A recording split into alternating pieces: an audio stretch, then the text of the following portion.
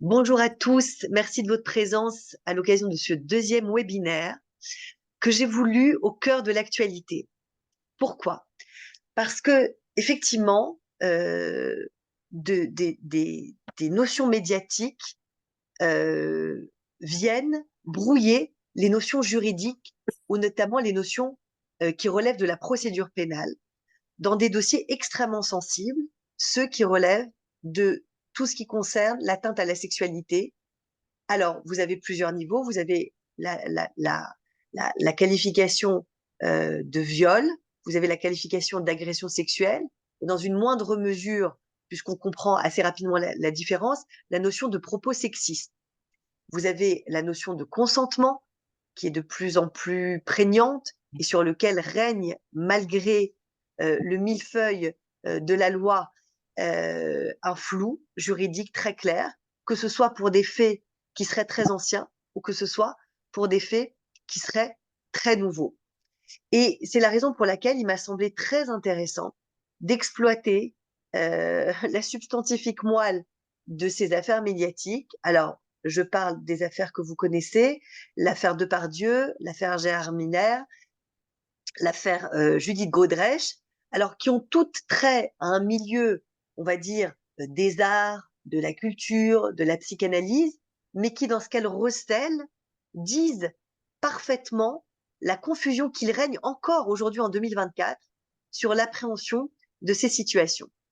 Ces situations, vous les rencontrez. Je les rencontre. Moi, en tant qu'avocate, bien sûr, euh, quasi quotidiennement, la question de l'agression sexuelle ou de la difficulté de nommer les choses s'invite dans beaucoup de dossiers. Soit il s'invite de manière très frontale, c'est-à-dire quelqu'un vient vous voir, et j'imagine que c'est le cas pour vous aussi, assistants sociaux, RH ou médecins du travail, en disant j'ai été victime d'harcèlement sexuel, j'ai été victime de viol sur mon lieu de travail, dans ma vie privée. Et donc là, on vous parle d'un fait tangible, établi, sur lequel la personne qui s'invite dans votre bureau peut donner des faits, à minima un faisceau d'indices, et à maxima des preuves tangibles. Ce cas-là est extrêmement rare. Il est extrêmement rare. Pourquoi? Parce que l'agression sexuelle de manière générale, le viol de manière très prégnante, c'est un état de sidération. Et l'état de sidération empêche la réaction. En tout cas, la réaction immédiate. C'est-à-dire la réaction immédiate de dénonciation des faits qui donc emporterait la question de la preuve tangible. Donc vous comprenez la difficulté à laquelle on se trouve confronté, c'est que plus le temps s'étire, plus la preuve se dilue. Plus encore, vous avez la question qui est encore plus prégnante et plus complexe et plus spécifique en matière d'harcèlement sexuel, de viol, de propos sexistes, c'est que la preuve est beaucoup plus importante au niveau de la procédure pénale que dans le traitement des violences intrafamiliales. La semaine dernière, lorsque j'ai animé le webinaire sur l'actualité de l'appréhension du traitement des violences intrafamiliales en 2024, je vous ai bien explicité aussi cette difficulté à laquelle se trouvent confrontées beaucoup de victimes, hommes, femmes, enfants, qui est la question de la preuve. Mais en matière de violence intrafamiliale, le législateur et les magistrats et les officiers de police judiciaire les gendarmes euh, ont une appréhension de ces questions-là qui parfois se passe de la preuve. À savoir que, en matière de violence intrafamiliale, la question du faisceau d'indices concordants suffit à entraîner une enquête, une garde à vue, une condamnation de l'auteur des victimes. Ce n'est pas aussi radical et immédiat en matière d'harcèlement sexuel, de viol ou de propos sexistes.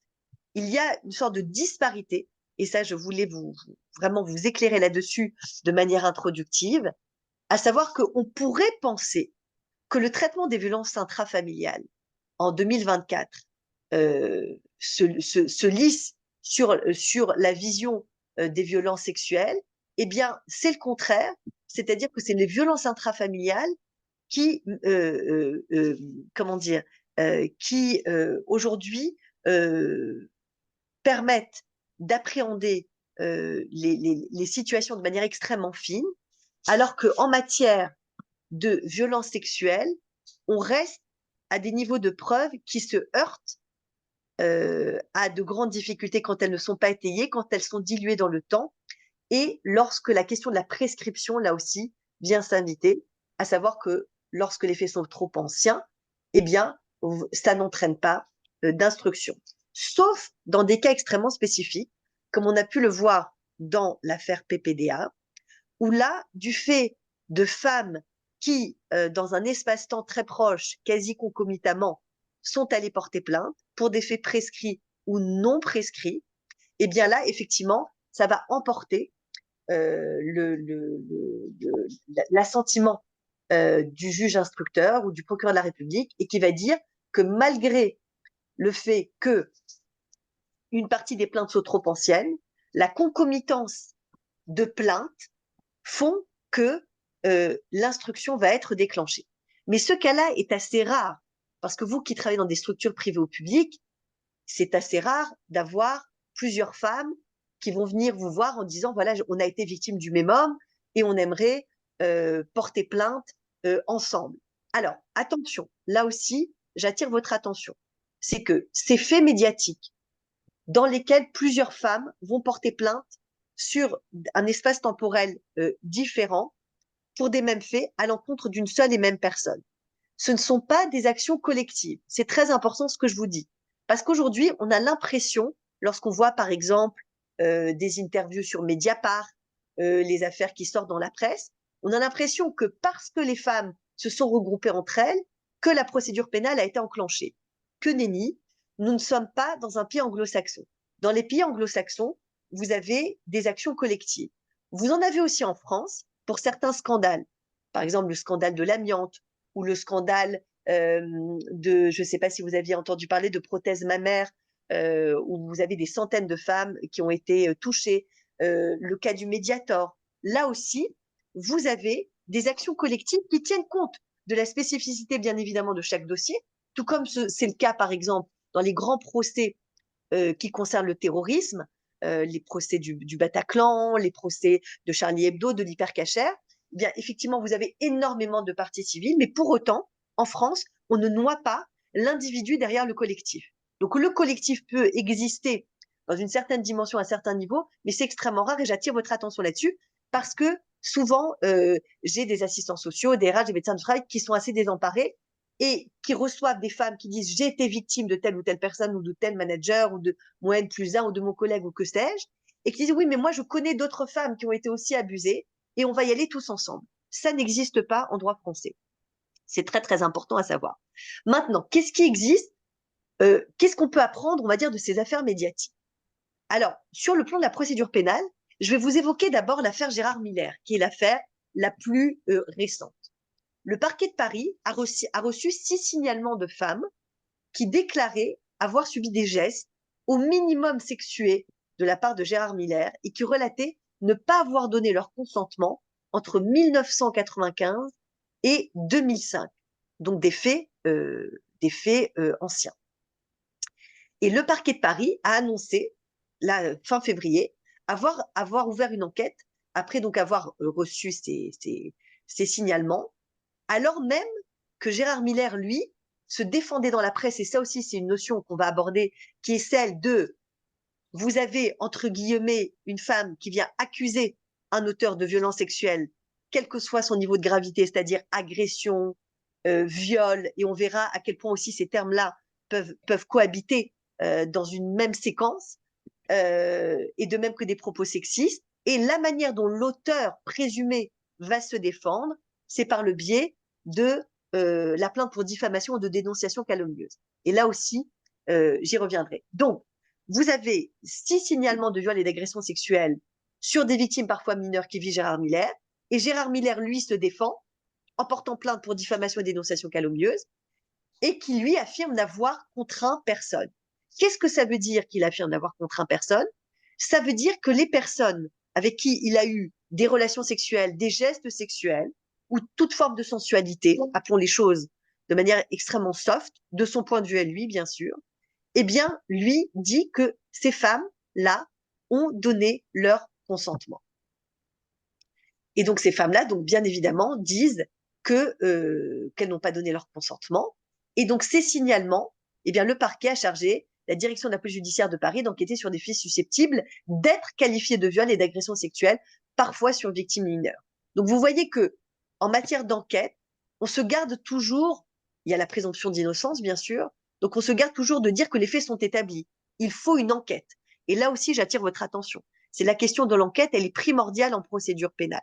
La question de la présomption d'innocence, même lorsque vous voyez dans votre bureau débarquer des femmes en larmes avec des dossiers très étayés, des certificats médicaux, des certificats des unités médico-judiciaires après qu'elles aient déposé une plainte, la présomption d'innocence demeure. Et c'est la raison pour laquelle, lorsque le parquet, c'est-à-dire le procureur de la République, demande au juge d'instruction d'enquêter, eh bien, on met toujours en avant qu'il s'agit de faits susceptibles d'être qualifiés. On ne dit pas que ce sont des faits qui sont qualifiés d'emblée de viol et d'agression sexuelle. Et là aussi, j'attire votre attention, c'est que vous avez une très grande différence entre le traitement de dossiers dans les médias, dans la presse, sur les réseaux sociaux, et le traitement de ces mêmes dossiers auprès de la justice. La justice te garde toujours de nommer les faits exactement, même lorsque le dossier paraît clair comme de l'eau de roche, il émet toujours l'hypothèse que ça pourrait être, que le contraire pourrait être démontré. Donc, l'expression, c'est toujours des faits susceptibles d'être qualifiés de viol. Alors que, par exemple, dans les enquêtes de Mediapart, vous aurez des faits dans le dur. Donc ça, c'était donc concernant le dossier Gérard Miller. Et là où c'est extrêmement, malheureusement, très intéressant, c'est que la plupart de ces femmes ont expliqué que Gérard Miller, tout comme les agresseurs classiques, ont un modus operandi. Et là, je vous invite à noter ce terme-là. Pourquoi? Parce qu'il va vous permettre, à vous, professionnels, quels que vous soyez, mais en tout cas qui recevez des personnes qui portent en elles ces douleurs-là et ces histoires-là, de pouvoir établir une sorte de process dans l'échange que vous allez avoir avec eux. Et la meilleure manière d'aborder ces faits, ce n'est pas forcément de les aborder de la manière sensible. Bien sûr, les personnes peuvent et même doivent pleurer. Moi, j'ai toujours une boîte de mouchoirs, malheureusement, dans mon bureau. Évidemment, l'émotion doit sortir, mais au-delà d'émotion, vous voyez, entre un spectre d'échanges que vous pouvez avoir avec ces personnes-là, où vous n'allez avoir que de l'émotion, ou alors au contraire, vous allez essayer de prendre le maximum de distance et vous allez dire, mais madame, est-ce que vous avez des pièces? Est-ce que vous avez des éléments? Etc. Alors, vous voyez, que ce soit la posture froide ou la posture très chaude, ce n'est pas la bonne. Donc, la meilleure posture pour aborder, en tout cas, un échange avec ces femmes, ce sont la majeure partie des femmes, qui sont souvent, et ça je vous invite à le comprendre et à l'appréhender, et vous avez beaucoup, beaucoup d'éléments pour comprendre comment ça se passe sur le site Mémoire traumatique, qui est le site du docteur Muriel Salmona. Quand on a subi une agression sexuelle, on est dissocié. On est dissocié en ce sens qu'on ne se souvient pas exactement de ce qui s'est passé. Et donc, cette dissociation, vous devez la prendre en compte. Donc, pour éviter, je répète, un trop plein d'émotions ou une posture de votre part qui serait un peu trop froide et très technique, eh bien, vous pouvez démarrer l'échange en interrogeant les personnes que vous recevez sur le modus operandi. C'est-à-dire, comment est-ce que ça s'est déroulé? Qu'est-ce qui s'est passé? Heure par heure, en tout cas de manière aussi précise que possible. Et là où c'est intéressant, c'est par exemple dans l'affaire Gérard Miller, eh bien, on a un modus operandi qui est le même, de même que dans l'affaire PPDA. Dans l'affaire Gérard Miller, vous avez donc ce psychanalyste qui anime des émissions télé, qui repère dans le public des filles plutôt jeunes, puisqu'il a une attirance vers les filles jeunes, soit qu'elles soient tout juste majeures ou encore mineures et presque majeures, et il les invite à discuter chez lui. Il leur propose après une séance d'hypnose et elles ont bien expliqué qu'elles ne pouvaient plus bouger, qu'elles se sentaient comme des poupées qu'on déshabillait et à qui on pouvait faire ce qu'elles voulaient. Et là, on touche un point extrêmement important dans la manière dont la personne va vous dérouler son histoire. Parce que là, on est vraiment au cœur de la notion de consentement. C'est-à-dire que typiquement dans l'affaire Gérard Miller ou dans l'affaire PPDA, vous avez des femmes qui sont invitées à assister à une émission télé, un journal télévisé, ou alors dans l'affaire de Pardieu, à venir le voir chez lui. Donc, jusqu'à ce moment-là, elles consentent. C'est très clair. Maintenant, la difficulté, Oui, c'est bonjour. que, vous m'entendez ou pas? Voilà. La difficulté est la suivante, c'est à quel moment on bascule du consentement au non-consentement. À quel moment on bascule du consentement à un phénomène d'emprise. Emprise qui, je le répète, et je l'ai déjà dit à l'occasion du webinaire de la semaine dernière, n'existe pas tel quel en droit français, puisqu'il demande de décortiquer complètement les éléments de fait et de les qualifier pénalement, ce qui est extrêmement difficile. Donc,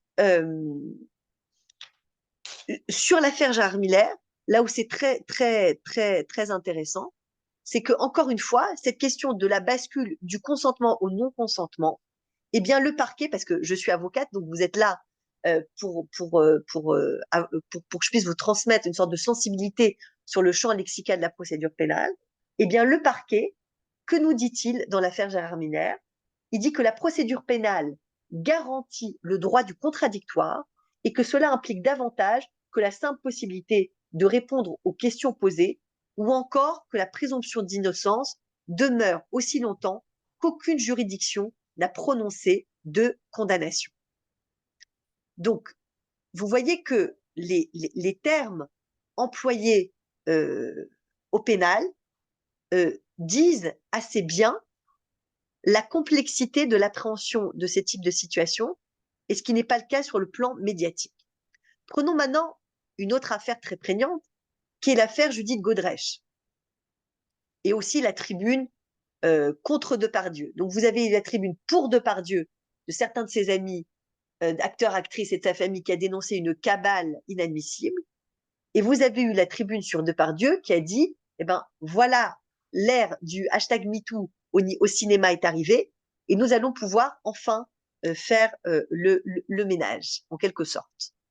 Et là aussi, on a une sorte de radicalité dans la vision des choses que le droit n'épouse pas et que la justice n'épouse pas. Donc ça, c'est très important. Donc, sur le plan rhétorique, c'est là-dessus que je voulais aussi vous inviter à réfléchir. C'est effectivement la dichotomie entre ce qui est ressenti par les auteurs de ces agressions aux propos sexistes, comme Gérard Depardieu dans le documentaire en Corée du Nord. Lui va parler de lynchage, tribunal médiatique et de chasse à l'homme, alors que on va dire le point de bascule, ça va être de dire cette cabale que Gérard Depardieu dénonce, eh bien, est-ce qu'il peut maintenir cette vision d'avoir été accusé à tort, alors que il déploie des propos absolument écœurants sur les journalistes qui les accompagnent. Donc, vous voyez, par exemple, dans l'affaire Depardieu, on est face à quelqu'un qui est complètement désinhibé, c'est-à-dire qui dit exactement ce qu'il pense, qui n'a aucune limite en public et qui n'a pas de difficulté, sans aucun doute, parce que on l'a toujours accepté en quelque sorte tel qu'il était pendant toutes ces années et qu'il n'avait pas subi de plainte. Par contre, vous voyez, dans l'affaire de Benoît Jacot, on est dans quelque chose de très différent et qui est aussi très intéressant à appréhender pour nous professionnels. C'est que là, il est dans un discours très composé, très construit, en quelque sorte d'un prédateur plus ou moins organisé. Et il explique effectivement que c'est Judith Godrèche, en tout cas de son point de vue, qui est venue vers lui, que lui effectivement lui a fait une promesse d'en faire son égérie, de lui ouvrir toutes les portes du 7e art. Il l'a impressionné par son savoir, ses relations. Il a mis en avant l'exceptionnalité de son caractère. Eh bien, là, effectivement, on est dans une vision où, est-on face à une jeune femme de 15 ans qui tombe éperdument amoureuse de son réalisateur, ou est-ce qu'on est dans un cadre d'un abus de pouvoir, d'un cinéaste qui va instrumentaliser son art dans le seul but de satisfaire ses pulsions. Donc là où Judith Godrèche va parler par exemple d'enfance kidnappée, d'assujettissement, d'emprise destructrice, de manipulation et parfois de viol, eh bien, Benoît Jacot, lui, mettra en avant une très très belle et passionnée histoire d'amour. Et là aussi, donc, on est face à une difficulté sémantique dans laquelle il est important de comprendre ce qui se joue et du côté de la victime et du côté de l'auteur. Et que ce n'est pas parce que la victime emploie certains termes que ces termes-là, que le champ lexical qu'elle déploie, va être automatiquement appréhendé par la justice pénale. Maintenant qu'on a un peu posé les éléments du débat, moi, je veux vous dire ce que dit le droit. Voilà, ce que dit le droit sur ces affaires à fort potentiel médiatique. Alors, la difficulté qu'on a, par exemple, dans l'affaire de Pardieu et dans toutes les autres affaires, c'est que, hormis le cas du documentaire tourné par Yann Moix en Corée du Nord, où là, Gérard Depardieu apparaît de manière extrêmement désinhibée, eh bien, la plupart de ces faits, de ces relations non consenties ou pire d'agression sexuelle ou de viol, se déroulent dans le huis clos. Et donc, d'abord, la question, c'est de comprendre, après tout ce que je viens de vous dire, la diversité, la grande variété d'infractions sexuelles. C'est que vous avez l'infraction de harcèlement, d'exhibition, d'outrage, d'agression, de viol. À savoir que l'harcèlement, l'exhibition, l'outrage et l'agression sont des délits et que le viol est un crime. Il y a la question de la prescription, qui est aujourd'hui de 20 ans pour les crimes et de 6 ans pour les délits, mais seulement depuis le 1er mars 2017, parce qu'auparavant, elle n'était que de 10 ans et de 3 ans. C'est-à-dire qu'en matière de viol, la prescription était de 10 ans depuis les faits et de 3 ans pour les agressions sexuelles. Donc, il y a un élargissement du temps de la prescription. Je vous fais une parenthèse sur la question de l'imprescriptibilité. Par exemple, voyez, les crimes contre l'humanité sont couverts par l'imprescriptibilité, mais pas les viols qui sont aussi des crimes, qui ne sont pas, alors qui peuvent être parfois bien sûr des crimes de masse, comme on peut le voir dans certains conflits très très durs, mais ils ne jouissent pas de cette question de cette question de la prescriptibilité, ce qui fait que par exemple des gens qui ont commis des génocides pendant la Shoah, même vous pouvez avoir des gens pendant la Seconde Guerre mondiale, des gens qui sont très âgés et qui vont être jugés, par exemple au Rwanda ou au Cambodge, eh bien, la prescription saute et vous pouvez traîner quelqu'un devant une cour pénale internationale ou une justice, la justice territorialement compétente, peu importe l'âge qu'il a. Muriel Salmona, par exemple, elle est partisane du fait justement des fonctionnements de dissociation traumatique, elle est partisane de rendre imprescriptibles les viols. Et c'est une grande question parce que vous avez d'autres juristes, par exemple comme Elisabeth Badinter, la veuve de Robert Badinter, qui dit que si on rend imprescriptibles les crimes sexuels, eh bien on noie la question de crimes contre l'humanité. Mais je voulais vous faire part de cette question qui a agité pas mal de psychiatres, de spécialistes, qui disent que justement du fait de la dissociation traumatique et de l'amnésie traumatique et de la reviviscence tardive de ces phénomènes-là, eh bien, il faut rendre ces crimes imprescriptibles pour que les personnes puissent subir, pardonnez-moi ce lapsus, puissent saisir la justice à n'importe quel moment. Alors ça, c'est une vraie question. On pourra en parler à la fin du Zoom, mais la question de l'imprescriptibilité. Donc, sauf qu'aujourd'hui, les délais ont été avancés. Donc, je vais vous donner un exemple très précis. Quelqu'un qui aurait été victime d'agression sexuelle, c'est une jeune femme qui vient vous voir, elle a 25 ans, elle a jusqu'à ses 31 ans, 6 ans plus tard, pour saisir la justice et pour porter plainte. Quelqu'un qui aurait été victime d'un viol, par exemple à l'âge de 20 ans, jusqu'à l'âge de 40 ans, il peut saisir la justice pénale. Si le délai est dépassé d'un mois ou même d'une année, eh bien, c'est prescrit. C'est-à-dire qu'on ne peut plus saisir la justice pénale, sauf encore, sauf dans le cas que je vous ai expliqué, mais qui est assez rare, où vous avez des tribunes médiatiques, où vous avez beaucoup de plaignantes et beaucoup de signalements. Voilà. Donc, concernant les agissements eux-mêmes, alors là, il faut distinguer très bien, et ça, je vous invite vraiment à l'appréhender, parce qu'encore une fois, les personnes qui vont venir vous voir vont vous mélanger beaucoup de choses, des propos et des actes. Alors, je précise ce que j'ai dit, je suis peut-être allée un peu vite, c'est que dans la discussion que vous allez initier avec la personne, c'est que vraiment la question du modus operandi est très importante parce qu'elle permet de retracer une chronologie et de remettre le narratif dans quelque chose d'aussi objectivable que possible. Maintenant, il va falloir dans ce modus operandi que vous allez déployer, en tout cas que vous allez demander à la personne que vous recevez de déployer, eh bien, il va falloir rajouter la distinction, lui demander de distinguer entre les propos et les actes.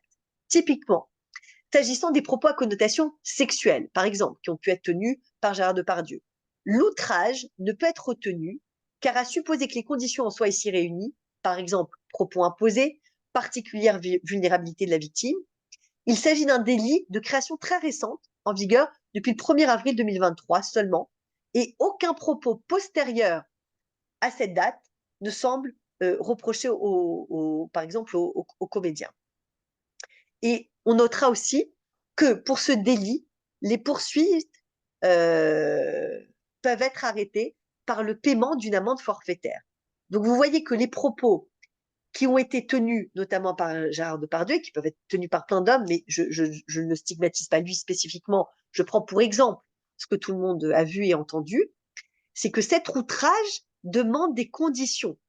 Les conditions, c'est d'imposer des propos à caractère sexuel et une autre condition, c'est la particulière vulnérabilité de la victime. Mais il faut savoir que quand bien même l'outrage est qualifié juridiquement, eh bien, la personne poursuivie peut s'en sortir avec simplement le paiement d'une amende forfaitaire. Donc, les propos qu'a tenus Gérard Depardieu en Corée du Nord, pour regrettable qu'ils soient, et ça je suis désolée de vous le dire parce que le propos de ces webinaires est aussi de vous faire comprendre avec beaucoup de finesse la différence qu'il y a entre les dossiers que vous traitez tous les jours et l'appréhension par la vision juridique des faits et la vision judiciaire. Donc, pour autant que ces faits, pour regrettables qu'ils soient, ils ne sont constitutifs d'aucune infraction, notamment dans la mesure où ils ne s'adressent pas directement à une victime, mais tout au plus à l'entourage quand il s'agit d'un long monologue ou pour faire rire les gens autour de soi. C'est très déplorable, c'est même tout à fait écœurant, mais sur le plan pénal, ce n'est pas répréhensible. Par contre, des propos de même nature que ceux tenus par Gérard Depardieu, tenus dans le passé à une victime potentielle, pourraient être à l'origine du délit de harcèlement sexuel. Dans deux cas, soit parce qu'ils auraient été répétés, soit parce que isolés, ils constitueraient une pression ayant pour finalité d'obtenir un acte de nature sexuelle. Donc tous ces éléments-là, je vais vous les envoyer parce que ça fait beaucoup d'éléments de droit à appréhender. Mais ce qu'il faut que vous compreniez, c'est que la question de l'outrage, elle est nouvelle, elle est en cours depuis 2023 et elle demande effectivement deux notions très importantes. C'est que les propos aient été imposés et qu'il y ait une particulière vulnérabilité de la victime. Or, dans le cas de Gérard Depardieu, il a lancé ça à la cantonade. Maintenant, donc ça, l'outrage, c'est vraiment un délit pur et dur et sur lesquels vous pouvez peut-être aider, même si vous n'êtes pas avocat, bien sûr. Il ne faut pas trop vous avancer. Il faut évidemment toujours orienter les personnes que vous recevez vers un avocat compétent pénaliste ou spécialiste en droit de la famille, parce que souvent, c'est ce que j'ai oublié de vous dire en introduction, c'est que souvent, cette question des agressions sexuelles, soit vous avez des sujets purs et durs, soit vous avez comment dire, des cas où effectivement c'est noyé, et je vais y revenir, dans une vie maritale, dans un compagnonnage. Et là, on ne sait pas trop comment, quid de la violence, quid de la pression psychologique, quid de l'agression sexuelle, on ne sait pas trop. Donc, la question de l'outrage, elle est très importante et elle est nouvelle. Mais alors, que fait-on avec tous les faits qui ressemblent à l'outrage, qui relèveraient de la qualification d'outrage, mais avant 2023? Qu'est-ce que ça pourrait être? Eh bien, ça pourrait être un délit d'harcèlement sexuel. Mais pour cela, il faut que ce soit répété, soit que ça a été répété, soit ils n'ont pas été répétés, ça a été une fois, donc isolé, mais ils ont constitué une pression tellement importante qu'ils peuvent être qualifiés donc de harcèlement sexuel avant 2023, puisque même si ça ne s'est passé qu'une fois et qu'il n'y a pas eu de réitération, eh bien, ça a eu pour finalité d'obtenir un acte de nature sexuelle. Maintenant qu'on a parlé des propos, je vais vous parler des actes. Alors, une toute petite seconde, je rebranche mon ordinateur qui se décharge un petit peu vite.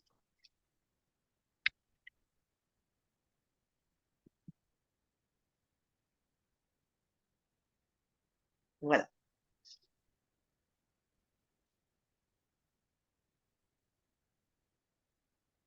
Donc, concernant les actes, qu'est-ce que c'est des actes à caractère sexuel? Et après, on va rentrer dans la finesse de qu'est-ce qu'une agression sexuelle, qu'est-ce qu'un viol. Les gestes, ou plus généralement, les comportements susceptibles de constituer un harcèlement sexuel, sont punissables dans les mêmes conditions que les propos, répétition ou recherche d'un acte sexuel. L'exhibition sexuelle, c'est un acte sexuel. C'est pas quelque chose d'anodin. C'est pas parce qu'il n'y a pas eu contact, rapprochement, c'est un délit. Par exemple, tel que ça a pu être reproché aussi à Gérard Depardieu, d'avoir montré son sexe lors d'un tournage. Ce n'est un délit, l'exhibition sexuelle, que si elle est commise dans un lieu accessible au regard du public. Ça, c'est important. La pénétration digitale, elle est constitutive d'un viol. Et l'agression sexuelle, elle peut consister par exemple, excusez-moi, hop,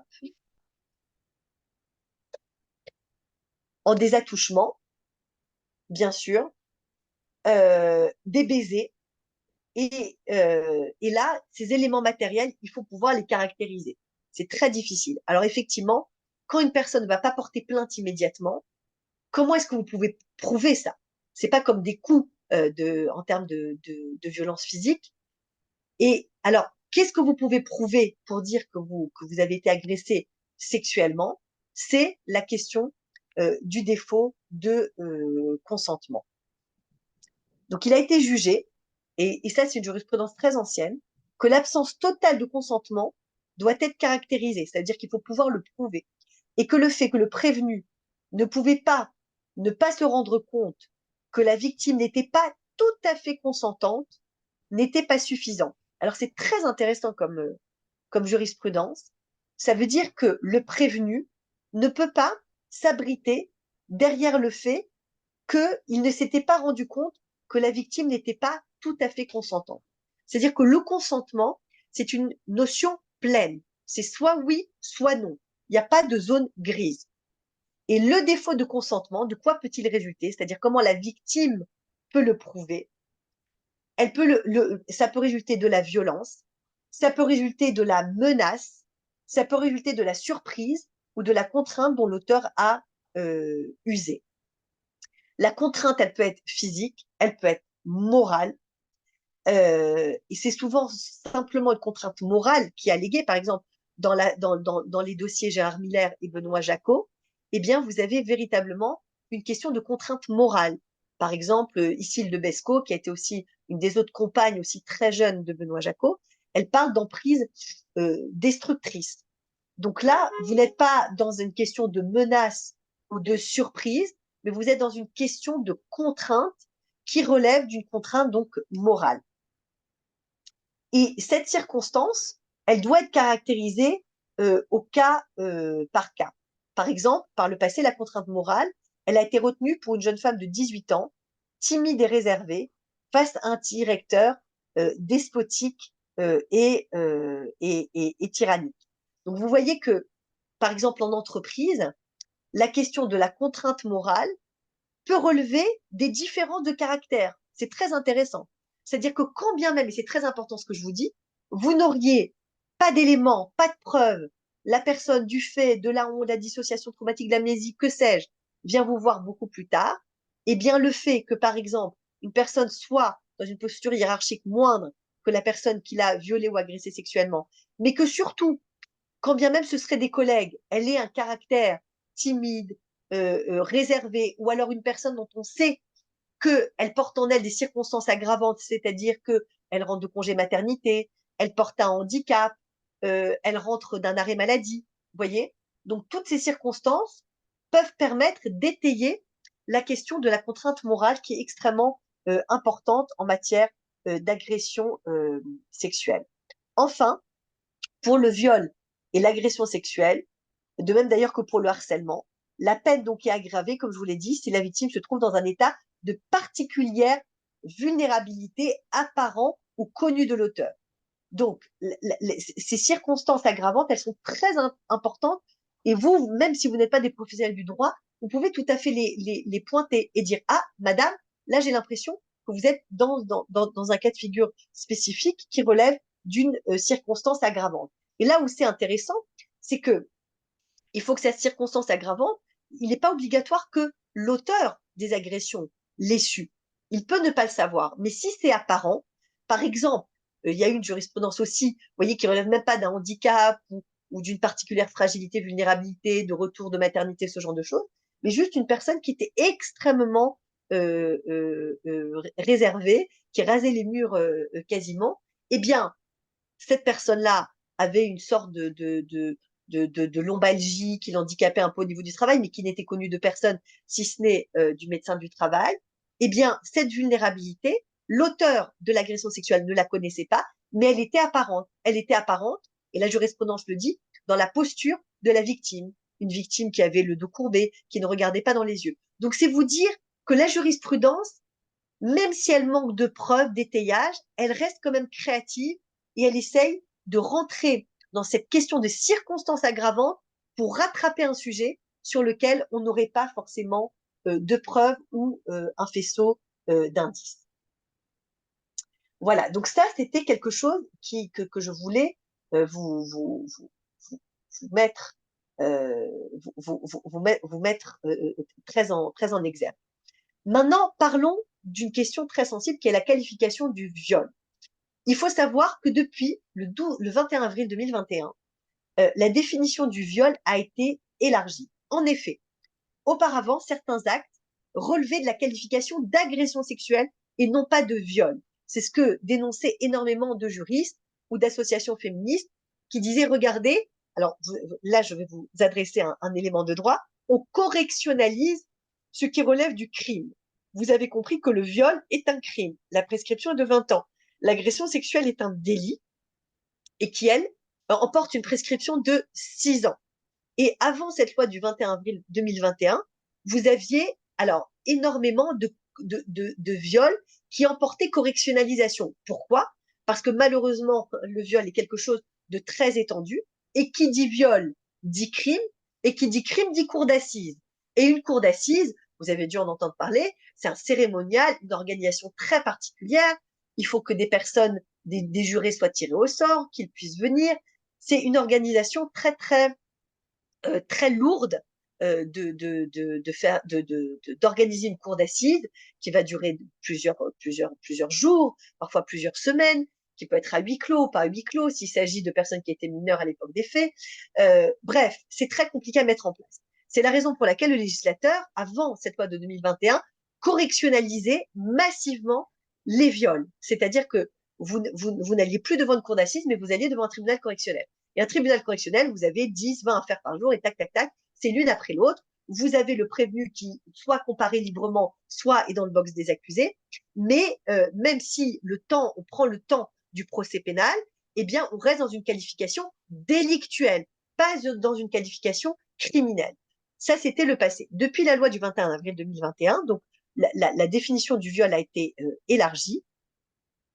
Et donc voilà. Donc vous avez aujourd'hui un conflit de loi dans le temps, c'est-à-dire que avant 2021, la qualification juridique et les règles procédurales n'étaient pas identiques. Donc de quelle manière cette loi de 2021 a réformé les infractions de viol et d'agression sexuelle. Donc, un viol, c'est une violation grave des droits de l'homme, de la dignité humaine et de l'intimité de la personne. C'est un acte criminel qui porte donc atteinte à la liberté et à l'intégrité sexuelle d'une personne sans son consentement. C'est-à-dire la question de l'absence de consentement, elle est intégrée dans la définition du viol. Ce crime, bien sûr, peut avoir de lourdes conséquences physiques, psychologiques, émotionnelles sur le plan traumatique. Dans sa rédaction, donc, issue de la loi du 21 avril 2021, le viol, qui est désormais prévu et réprimé, à l'article 222-23 du Code pénal, je vous enverrai tout ça. Quelle est la définition exacte? Et je vous invite à la noter. C'est tout acte de pénétration sexuelle, c'est-à-dire même digitale, de quelque nature qu'il soit, avec les doigts, avec un objet, de corps à corps, en tout cas, de quelque nature qu'il soit, ou tout acte bucogénital euh, commis sur la personne d'autrui, sur la personne de l'auteur, par violence. Vous avez plusieurs niveaux. Violence, premier niveau. Contrainte, deuxième niveau. Menace, troisième niveau. Surprise, quatrième niveau, est un viol. Et le viol est puni de 15 ans de réclusion criminelle. Alors là, vous avez quelque chose de très intéressant, c'est que cette loi de 2021, elle élargit précisément la notion de viol en mettant en avant les modus operandi, c'est le terme dont je vous ai parlé, par lequel le viol va advenir. Donc je répète, soit la violence pure et dure, soit la contrainte, et vous avez compris que la contrainte, elle peut être physique et elle peut être aussi morale, soit la menace ou soit la surprise.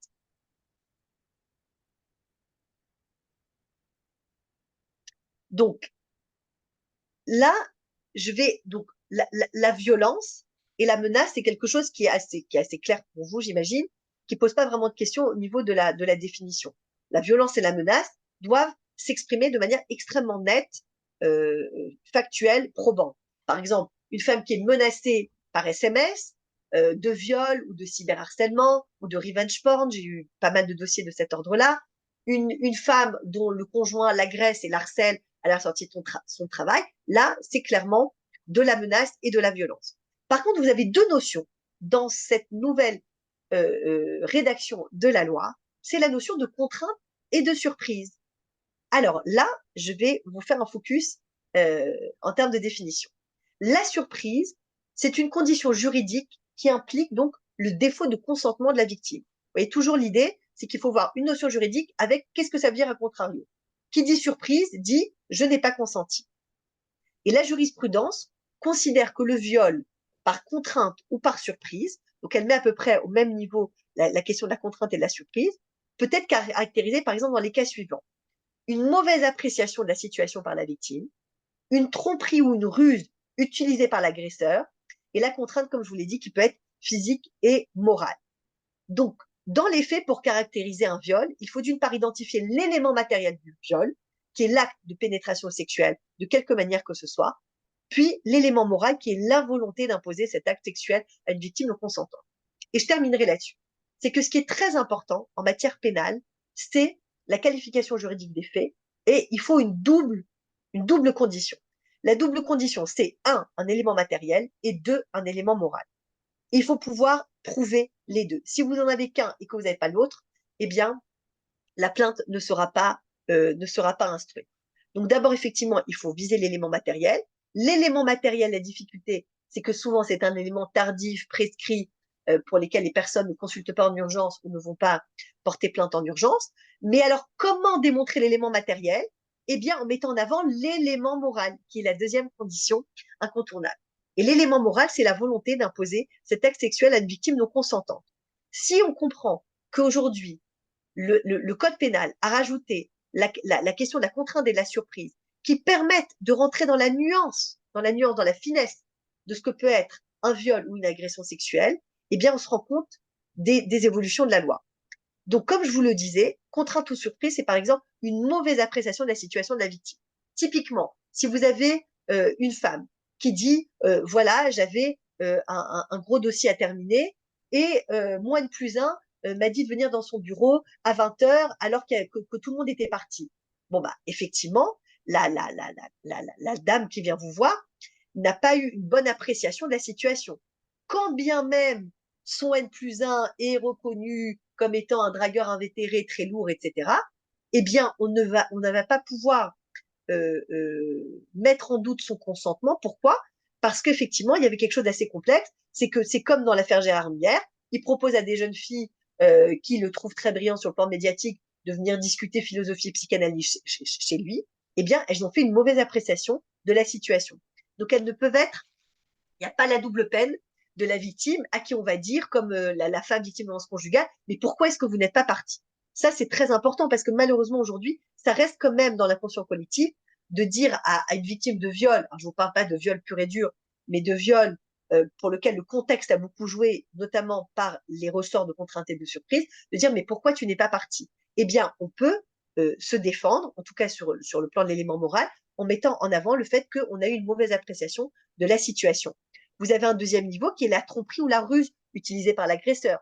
Typiquement, faire venir une personne dans son bureau très tardivement en invoquant une urgence d'un dossier, ou alors comme Gérard Miller en disant mais est-ce que vous voulez tester l'hypnose, etc. Et enfin, la contrainte qui peut être physique ou morale.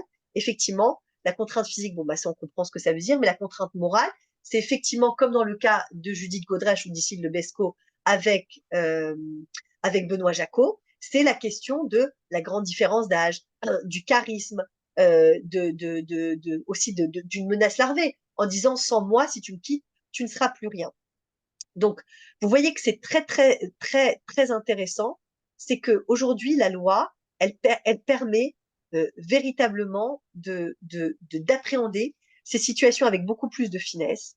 Le dépôt de plainte auprès des autorités compétentes qui vont détailler l'incident, l'agression, doivent, euh, comment dire, on doit pouvoir apporter aux autorités compétentes toutes les circonstances. Donc, comme je vous l'ai dit, et je termine là-dessus, le modus operandi, les circonstances qui entourent le viol, les blessures subies, tout autre type de preuves qui pourraient influencer le résultat de l'enquête, des SMS, des mails, des photos, un état traumatique, même si c'est tardif la plainte.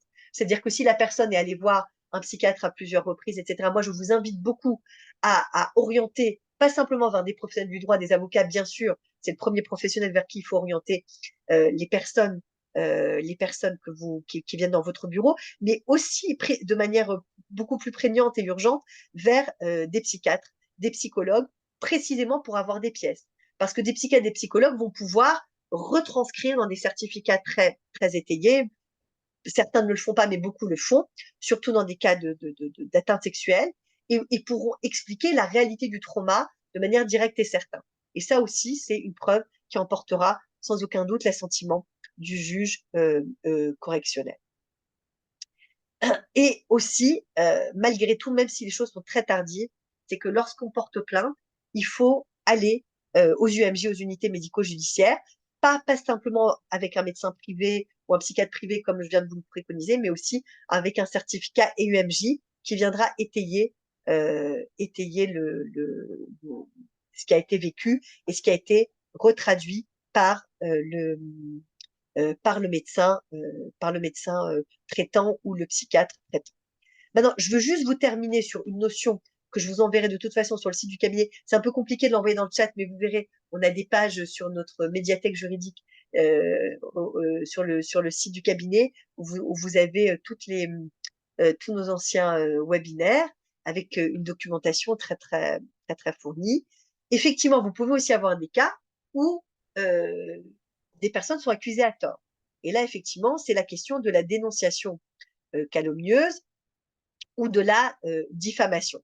Donc là, j'ai pas beaucoup de temps parce il est déjà 14h58, mais il faut savoir que ces questions-là de diffamation et de dénonciation sont extrêmement importantes. La diffamation, je vous dis rapidement, consiste à affirmer un fait qui porte atteinte à l'honneur ou à la considération d'une personne. Le fait en question doit être suffisamment précis pour pouvoir faire l'objet de preuves.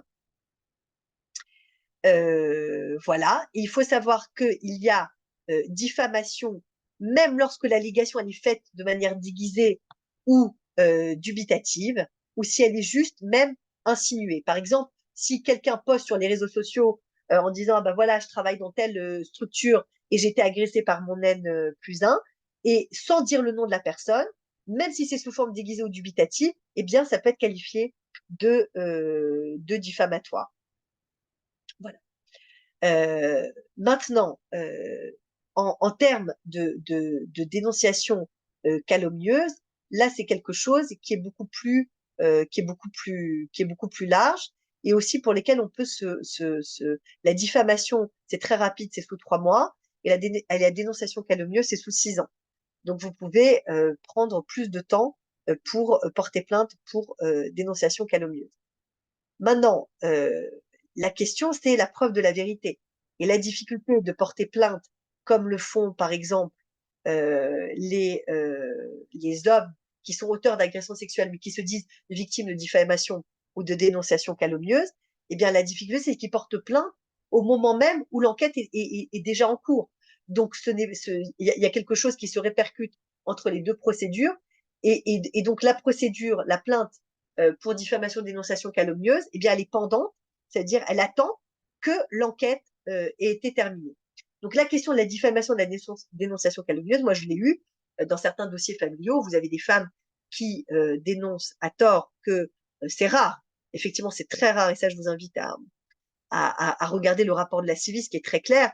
C'est qu'en général, les femmes qui dénoncent des comportements sur des conjoints violents ou abusifs, etc., elles ne le font pas de manière comment dire, manipulatoire. Cependant, vous avez quand même des cas où vous avez des sortes de vengeances qui s'exercent pendant un divorce ou une séparation, et vous allez avoir des diffamations, la diffamation de la dénonciation calomnieuse sur des faits très très graves, par exemple d'abus sur des enfants, alors que c'est faux. Donc effectivement, les personnes qui se disent victimes de diffamation, des dénonciations calomnieuses sur des faits qui relèvent du sexuel, eh bien, ils vont devoir attendre la fin de l'enquête pour que leur plainte puisse aboutir. Typiquement, je pense que vous avez en tête l'affaire Balance ton porc. C'était parti d'un propos très sexualisé d'un directeur d'une chaîne équestre, je crois, à Sandra Muller. Et il a fallu attendre la fin de l'enquête pour que lui puisse porter plainte pour diffamation, dénonciation calomnieuse. Entre-temps, il avait perdu sa famille, sa réputation, son travail, etc. Donc effectivement, la question de la diffamation, de la dénonciation calomnieuse, c'est une vraie question aussi. Vous avez beaucoup d'avocats pénalistes, notamment une très brillante qui s'appelle Marie Dosé, qui défend que ce soit des victimes ou des prévenus, mais qui parle de l'importance de cette présomption d'innocence et de la difficulté à accepter aussi facilement le rouleau compresseur du tribunal médiatique. Bon, tout ça, c'est des notions très, très actuelles sur lesquelles on pourrait réfléchir, on pourrait être pour, on pourrait être contre, mais ce sur quoi je voulais attirer votre attention, c'est qu'aujourd'hui, la loi est très protectrice, que ce soit dans ses termes ou que ce soit en termes temporels, c'est-à-dire qu'elle laisse le maximum de temps possible pour les personnes pour porter plainte, et que si on ne dispose plus de l'élément matériel, eh bien, à minima, on peut mettre en avant l'élément moral en rentrant dans des questions de surprise, de contrainte, de menaces de violence, ce qui n'existait pas avant au sein de la loi. Donc, ce que je voulais vous dire en conclusion, c'est que les personnes qui viennent vous voir, bien sûr, il faut les orienter vers un avocat pour savoir quelle est la qualification juridique des faits. Est-ce qu'on parle d'agression sexuelle? Est-ce qu'on parle de viol? De quel type de pénétration parle-t-on? À quel moment est-ce que ça s'est passé? Est-ce que c'est couvert par les nouvelles lois? Est-ce que c'est couvert par les lois d'avant? Est-ce que la prescription est acquise ou non? Donc, toutes ces questions-là, évidemment, vous ne pouvez pas les traiter. Par contre, ce que vous pouvez traiter, c'est recueillir la parole, et recueillir la parole de la manière la plus professionnelle qui soit, en étayant le modus operandi, en étayant la question temporelle, quand ça s'est passé, où ça s'est passé. Et avec ça, vous permettez à ces personnes-là de rencontrer un avocat avec déjà un narratif, à minima fait son indice ou peut-être même de preuves, qui vont permettre d'actionner correctement ce type de procédure. Donc voilà, il est 15h03. Je ne veux pas prendre plus de temps parce que je vous sais occupé.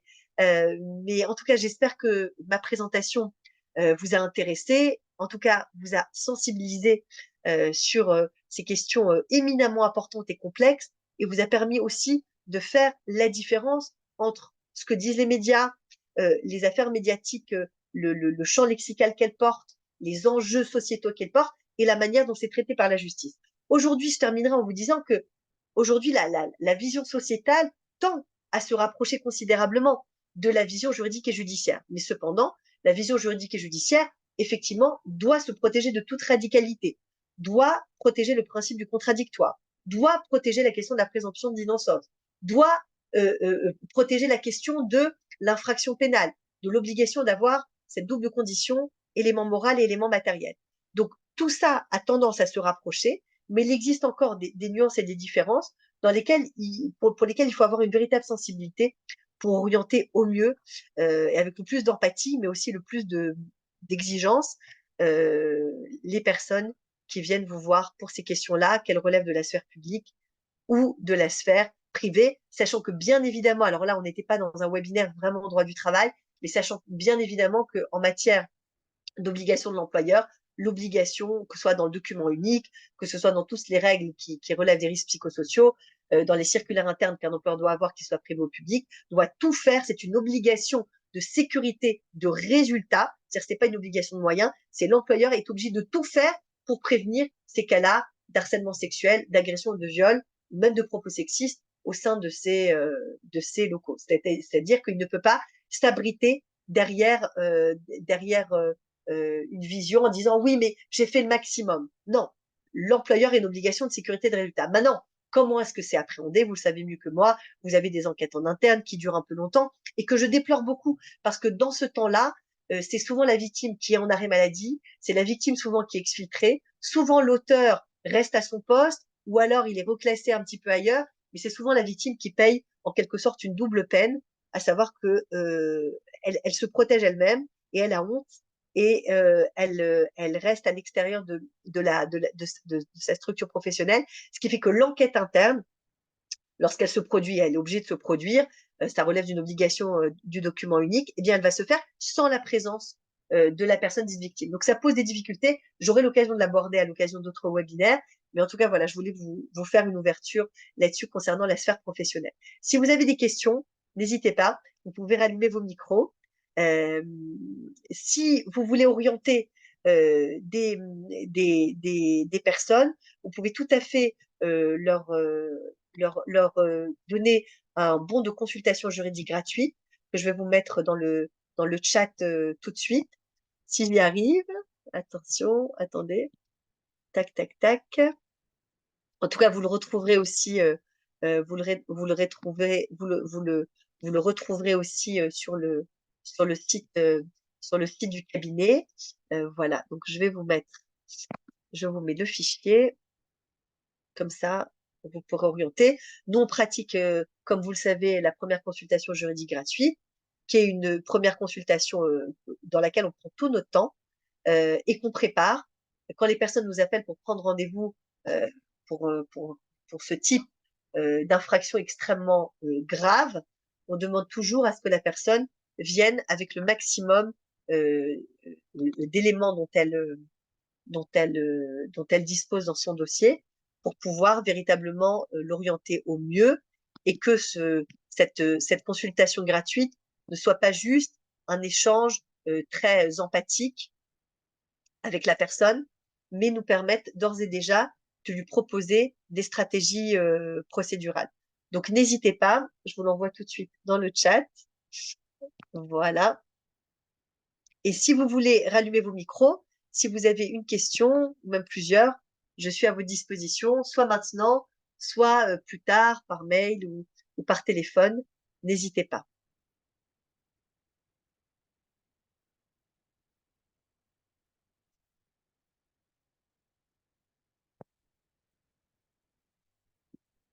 Alors, a priori, vous n'avez pas de questions. Eh bien, écoutez, dans ce cas, je vous souhaite une bonne fin d'après-midi. Euh, je vous remercie de m'avoir suivi, de m'avoir écouté. Et je vous dis à très vite. Le prochain webinaire, alors, aura lieu exceptionnellement, pas un jeudi, mais vendredi, vendredi 5 avril.